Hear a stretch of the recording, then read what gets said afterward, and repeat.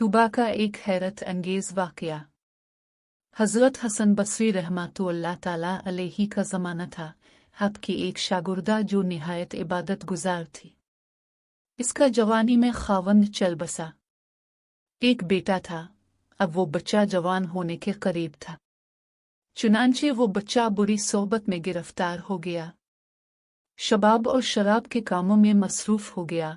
माँ बराबर समझाती लेकिन बच्चे पर कुछ असर न होता। वो इसको हज़रत हसन बसरी रहमतुल्लाह ताला अलैहि के पास लेकर आती। हज़रत भी इसको कई कई घंटे समझाते लेकिन इस बच्चे का नेकी की तरफ रुझान ही नहीं था। हज़रत के दिल में भी ये बात आई कि शायद इसका दिल पत्थर बन गया है। कसाल बुरे कामों में लगकर उसने अपनी दौलत के साथ अपनी सेहत भी तबाह कर ली और उसके जिस्म में लाइलाज बीमारियां पैदा हो। मामला यहाँ तक पहुंचा कि उठने की भी सकत न रही और बिस्तर पर पड़ गया।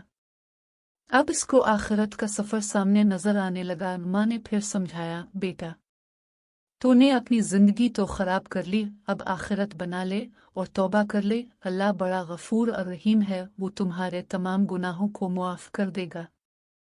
जब माँ ने समझाया इसके दिल पर कुछ असर हुआ। कहने लगा, माँ मैं कैसे तौबा करूं? मैंने बहुत बड़े बड़े गुनाह किए हैं। ये माँ ने कहा, बेटा हजरत से पूछ लेते हैं। बेटे ने कहा, माँ अगर मैं फौत हो जाऊं तो मेरा जनाजा हजरत हसन बसरी रहमतुल्लाह ताला अलैहि पढ़ाएं। माँ हजरत के पास गई। हजरत खाने से फारिग हुए थे और थके हुए थे और दर्स भी देना था, इसलिए कैलुला के लिए लेटना चाहते थे। माँ ने दरवाज़ा खटखटाया, पूछा कौन? अर्ज़ किया, हजरत मैं आपकी शागिर्दा हूँ। मेरा बच्चा अब आखिरी हालत में है, वो तौबा करना चाहता है, लिहाजा अब घर तशरीफ़ ले चली। हजरत ने सोचा ये फिर धोखा दे रहा है और मेरा वक्त ज़ाय करेगा और अपना भी करेगा। सालों गुजर गए, अब तक कोई बात असर न कर सकी। अब क्या करेगी? कहने लगे, मैं नहीं आता। माँ ने कहा, हजरत इसने तो ये भी कहा कि अगर मेरा इंतकाल हो जाए तो मेरा जनाजा हजरत हसन बसरी रहमतुल्लाह ताला अलैहि पढ़ाएं। हजरत ने कहा, मैं उसके जनाजा की नमाज नहीं पढ़ूंगा। उसने तो कभी नमाज ही नहीं पढ़ी। अब वो शागिर्दा थी, चुप कर गई, रोती हुई घर आ गई। टी ने पूछा, क्या हुआ? माँ ने कहा, एक तरफ तेरी हालत, दूसरी तरफ हजरत ने इनकार कर दिया। अब ये बात बच्चे ने सुनी तो इसके दिल पर चोट लगी और कहा, माँ मेरी एक वसीयत सुन लीजिए। माँ ने पूछा, बेटा वो किया? अजब वसीयत?